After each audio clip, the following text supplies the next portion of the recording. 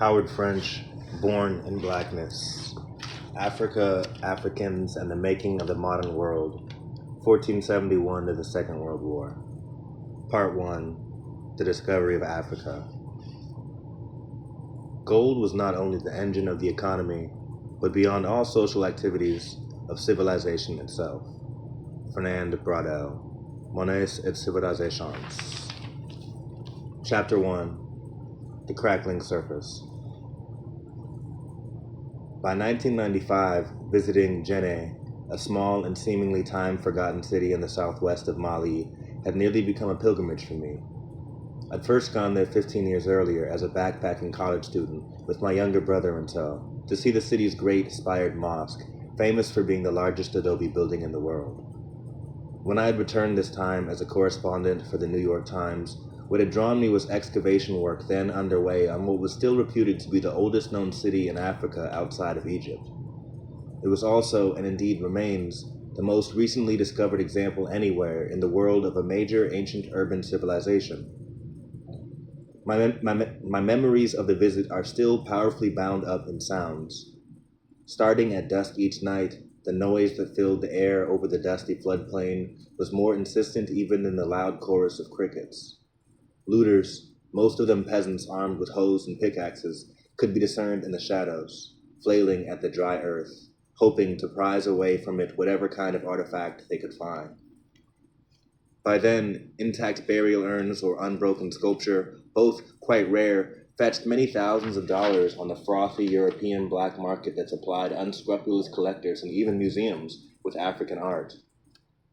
The sounds of daytime were even more terrible than those of the night. To walk the grounds of the Tell, the long, tear-shaped, sloping mound that revealed the contours of a walled city which faded mysteriously from existence 600 or more years ago, was to wreak one's own damage to the sprawling site.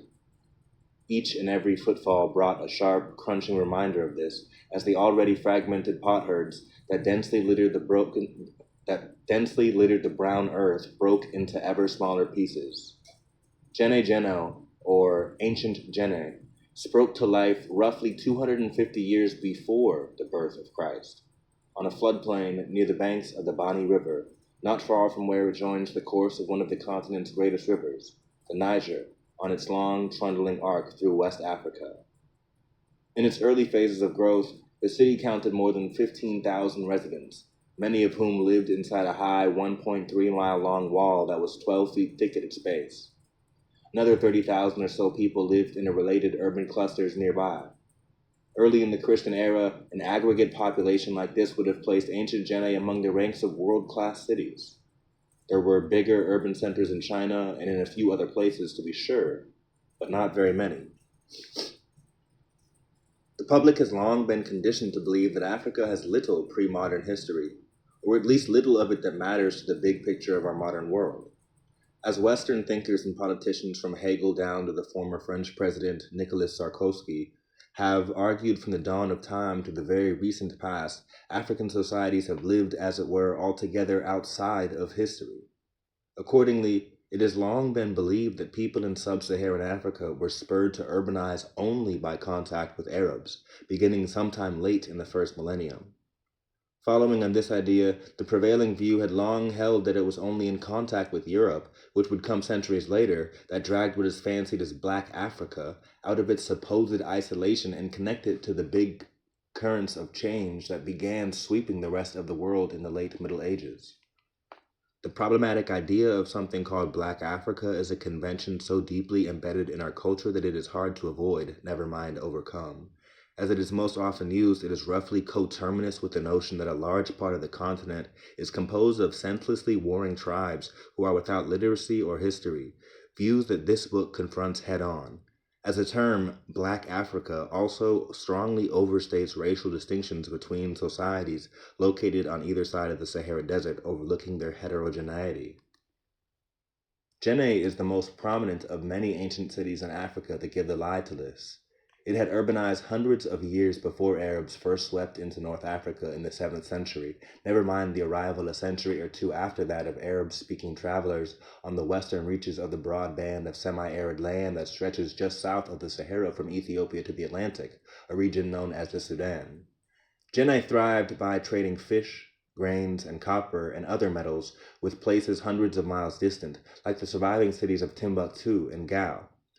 Interestingly, digs have uncovered artifacts that date to the city's very beginnings, including glass beads that come from Han China, when that dynasty itself, 202 BCE to 220 CE, was scarcely a century old, as well as other trade goods from the eastern Mediterranean. Items like these bear witness to the fact that West Africa was never so cut off from the rest of the world or lost in time as is commonly imagined. What had brought me to the floodplain of the Niger in 1995 to walk the ground with the archaeologists was to write about the monumental challenges that conservation poses in a poor environment like this. But what I've come to appreciate since then is how this region was anything but a passive or inert presence in the affairs of the Middle Ages. Indeed, as the following account demonstrates, African initiative in this region was every bit as important as Europe's in spurring the creation of the world we inhabit today. Sometime during its first half millennium of existence, Djenne became an important southern terminus in a highly lucrative trans-Saharan trade in gold. Rumors of this trade first appear in writings from antiquity in the Mediterranean. The first real evidence of a trickle of sub-Saharan African gold into that part of the world, though, dates to the early centuries of the Christian era. This commerce became plentiful around the 6th century as parts of what would later become the Ghana Empire began to trade gold with Berbers from the north for salt, cloth, and other goods. All of this was aided by the recent introduction into the region of the desert-hardy camel, which revolutionized transportation. In addition to creating new stirrings of prosperity, camel-borne trade produced dramatic economic and religious changes in Sudanic Africa, resulting in the formation of geographically extensive empires. Ghana, the first of these, was a loose and sprawling confederation. It mixed both sedentary agriculture and transhumance for livestock. But the real power of Ghana's rulers was based on control of strategic choke points through which gold passed from south to north, and through which other essential goods, like salt, which was lacking in the rainforests of the south, traveled in the opposite direction. By the 11th century, Ghana's wealth and prestige allowed it to field impressively large armies. A major shift in the regional climate, beginnings in the 3rd century CE, ended a lengthy dry period in the Sahara and Sahel and gradually allowed North Africans to trade with peoples further and further to the south of the Sahara for both gold and slaves. Through sustained contact with these northerners, Ghana's leaders began to Islamize, but only in a partial fashion. Ancient Ghana maintained twin capitals, separated by a distance of 6 miles. One was rigorously Muslim, while the other, the abode of the king, Al-Gaba, the Grove, honored older ancestral religions, which were still practiced by the masses. For as long as it lasted, this unique approach favored both lucrative trade and peaceful relations with the Berbers, while also allowing Ghana's leaders to retain the allegiance of peasants and urban commoners. Broadly speaking, Islam did not become a mass religion across the Sahel until a series of reformist movements swept the region in the 19th century. Likely that's talking about Usman Dan Fodio and Sokoto. A striking 10th century account by the Arab geographer and chronicler Ibn Hakal gives a feel for the development of the remarkable networks of credit and trust that enabled trade across the Sahara to bloom. I saw at August a warrant in which was the statement of a debt owed to one of them merchants of Mansā by one of the merchants of August, who was himself one of the people of Mansā, in the sum of 42,000 dinars. I have never seen or heard anything comparable in this story in the East. I told it to people in Iraq, in Fars, and in Khorasan, both in Iran. It was considered remarkable." End quote. On the basis of this trade, Ghana became known throughout North Africa, Mediterranean Europe, and as far away as Yemen as the, quote, country of gold, end quote. And for cause. In time, it would generate as much as 2/3 of the supply of the metal known to the inhabitants of medieval Western Eurasia. The gold that flowed out of the Sudan played a crucial role in the Arab Golden Age, a period of explosive growth and political expansion that began around 750 CE and extended until the Mongol invasions of the 13th century.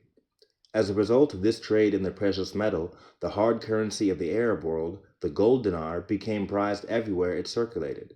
This included medieval Christendom, where Arab coins were often copied, and the existence of quasi-universal currency greatly facilitated the growth of Arab commerce from the Levant to Andalusia, the name given to the Muslim empire that flourished in what are now modern Spain and Portugal, or the Moors.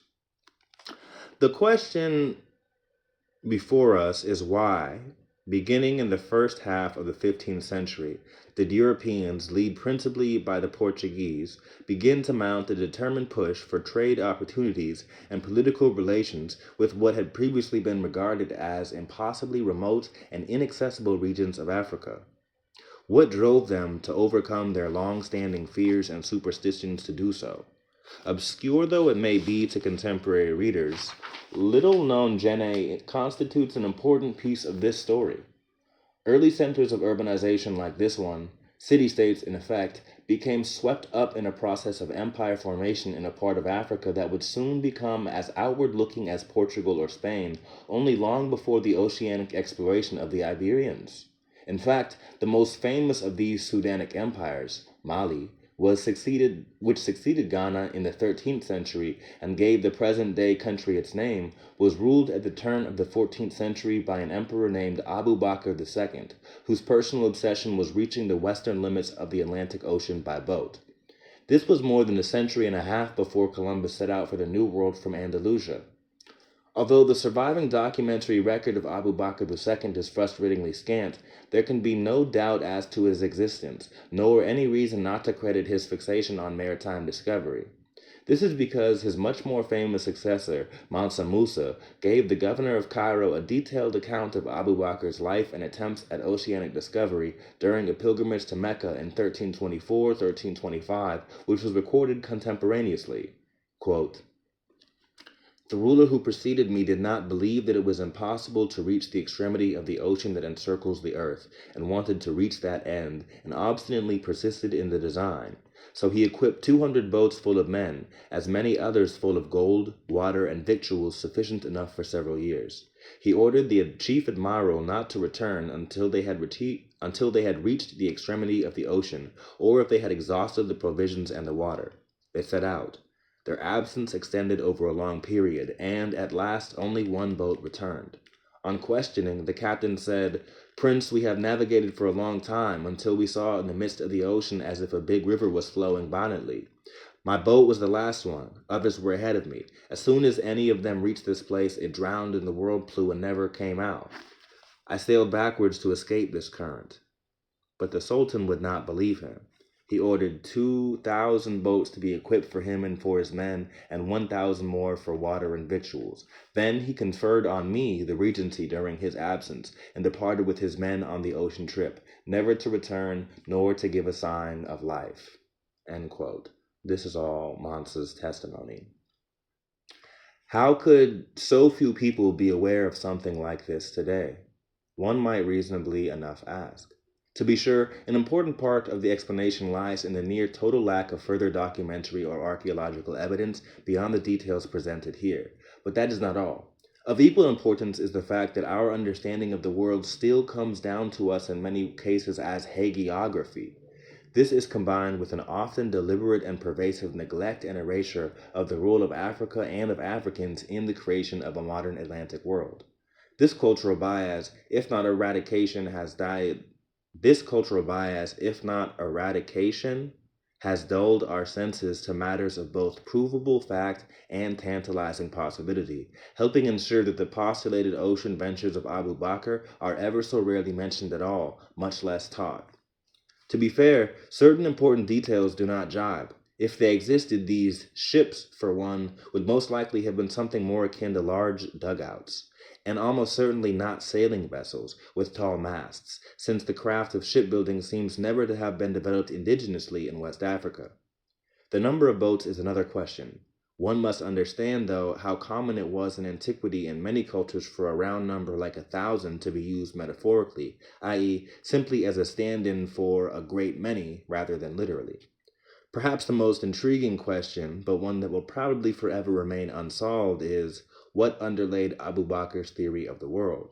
Did the earth have only a modest diameter, meaning that to reach the far shore of the ocean might require only a day-long voyage, however daring or unprecedented? Or was it unimaginably vast, truly making it a fool's errand to venture across a mere high-end canoes? Despite such reservations, Abu Bakr's story nonetheless contains logical elements that argue strongly for taking it seriously. The first is that by virtue of spending time in the Canary Islands off West Africa, we know that Columbus discovered the existence at a fixed latitude of powerful winds and ocean currents that circulate in a counterclockwise fashion and swiftly bear ships off to the west. The waters off the coastal region of West Africa controlled by Abu Bakr II's Mali are dominated by these very effects, helping make sense of a possible survivor's account of a big river flowing violently in the midst of the ocean. Indeed, just to the north of this large system, which in modern times has been fittingly known as the Canary Current, lies an equally large and powerful clockwise current that thrusts all in its path in an eastward direction. In fact, this system helps explain why Europeans had believed for centuries that sailing westward across the ocean was not only impractical, but also suicidal. Other reasons not to hastily dismiss this account draw on what we now know of medieval Other reasons not to hastily dismiss this account draw on what we now know of medieval science in the Islamic world, as well as the complex geopolitics of those times. Mali's rulers had been conducting pilgrimages to Mecca since the mid-13th century, and throughout this period they had also sent embassies to Cairo and to other cities in the Arab world. In the Middle East, unlike the Europe of that era, the Earth's roundness had been taken for certain at least since the work of al-Masudi, a 10th century Arab geographer and historian. This makes the idea of a voyage of ocean discovery for Africans, or at least the harboring of such an ambition, seem like less of a blind leap into the unknown than it would remain even a century or more later for the Portuguese and Spanish. Sheer persistence of the sort attributed to Abu Bakr II still demands powerful motives. Here, one can easily imagine that by Abu Bakr's time, a ruler in command of such vast supplies of gold would have been eager to overcome his realm's dependence on the Berbers who ruled North Africa, and through whose hands almost all of its precious metal passed, but presumably only after a hefty markup. Seeking to eliminate the so-called middleman in order to maximize Mali's profits would have been a normal goal. But beyond this, there were other possible incentives. Mali had come together as a polity early in the 13th century on the basis of a political pact among clans from the Mandi language group. This group sometimes goes by a number of related names, including Malinke, Manden, Manding, and Mandingo. In the initial phase of empire, it shared key features with its long-lived precursor, Ghana. It was an ethnically based polity that embraced caste-like divisions, and its elite also practiced an African ancestral religion alongside Islam. Already by the second generation of its existence, though, its rulers had begun conquering and absorbing other non-Malinke peoples in a widening radius, quickly transforming expansionist Mali into a richly heterogeneous realm. With equal alacrity, it had also begun a broader and more enthusiastic conversion to Islam. This later choice was likely to have been a matter not only of spirituality, but also of pragmatic adaptation to the changing politics of regional trade and security. By converting to Islam, an ascendant religious movement that had strongly universalist aspirations, Mali's rulers were, in effect, achieving two purposes. On the one hand, they were bidding to enhance their legitimacy among the peoples they conquered and absorbed. As with most empires, especially in their formative phases, this meant concocting various forms of cosmological bluster. The clan at the center of Malian power, the Kaitas, went so far as to claim direct descent from Bilal, the black companion of the Prophet, Muhammad, and Islam's first muezzin, the figure whose duty it was to call the founding generation of Muslim faithful to prayer. By the same token, a deeper commitment to Islam than previously shown by Ghana helped position Mali favorably in the broader world. In the middle of the 14th century, the famed North African historian and global traveler Ibn Battuta approvingly described the worship he witnessed among Malians this way, quote, "The people come out, dressed in their white clothes, to the place of prayer, which is close to the palace of the Sultan. The Sultan came mounted with the preacher and jurors in front of him, called, 'There is no God but Allah, and Allah is great,' end quote." Through the development of networks of business and learning, the embrace of Islam by malinke traders strengthened relations of confidence with those who controlled North African commercial networks. The supple form that the religion took in the region, meanwhile, helped hasten its spread among the common folk. Non-believers were not disparaged as wicked, but regarded, rather, as merely ignorant. It was accepted that God would accord them time to gradually change their ways. For all of this, Mali's leaders would have nonetheless been keenly aware that adherence to Islam by itself, no matter how enthusiastic, was far from a sufficient guarantee of their security. Less than 2 centuries before the rise of Mali, Ghana had paid the ultimate price for its isolation and dependence on camel-born traders from the north. Its power crumbled after 1076 when the Almoravid Berbers, fervent Muslim ascetics from North Africa, seized control from Ghana of August, a critical southern terminus of the trans-Saharan gold trade. Espousing a severe creed of what the historian David Levering Lewis has termed an, quote, undeviating Quranic literism bent on the propagation of righteousness, end quote, the Almoravids soon went on from this victory to take over southern Iberia. It was an intervention by these Africans that secured Islam's hitherto vulnerable presence in Europe for another 400 years. The clear twin lessons of Ghana's demise was that never again would either ambivalence toward Islam or geopolitical aloofness be viable options for the rulers of empires in the Western Sudan. Like it or not, their region had been permanently drawn into a thickening web of connections involving power centers north of the Sahara and beyond, along with all of the benefits and perils that this portend. The sole surviving written account of Abu Bakr's bid for ocean exploration, the one provided in Cairo by his successor Mansā Musā, includes the critical detail that this expeditionary fleet included numerous boats heavily stocked with gold. Two possible motives for carrying such a prized cargo, among many, stand out. One would have been to assess new markets for the precious metal in the unknown lands awaiting discovery somewhere across the ocean, while the other would have been to wing the rulers of their faraway lands with Mali's great wealth and thereby winning their respect. These, indeed, are quite close to the known motives of Mansā Musā during his Cairo mission itself. It is unnecessary and even unhelpful, meanwhile, to imagine that Mali's doomed explorers were looking for anything even remotely akin to the Americas, or even less Columbus's true objective, India. It is enough to know that Mali's rulers were by then already keenly aware that on the far shores of the Mediterranean lay another landmass, this being Europe. Their bid for Western discovery may have simply been aimed at finding something analogous to this, new territories for them to trade and diversify their relations with, and that were within manageable reach somewhere off the West African coast. And this much more limited objective intriguingly foreshadows and anticipates what the Iberians themselves would attempt to establish with their maritime expeditions to Africa during most of the 15th century. Their goal was an end run around Muslim-controlled lands in the Maghreb in search of new sources of wealth, and perhaps also in search of allies among the blacks in what they sometimes fancied as Ethiopia.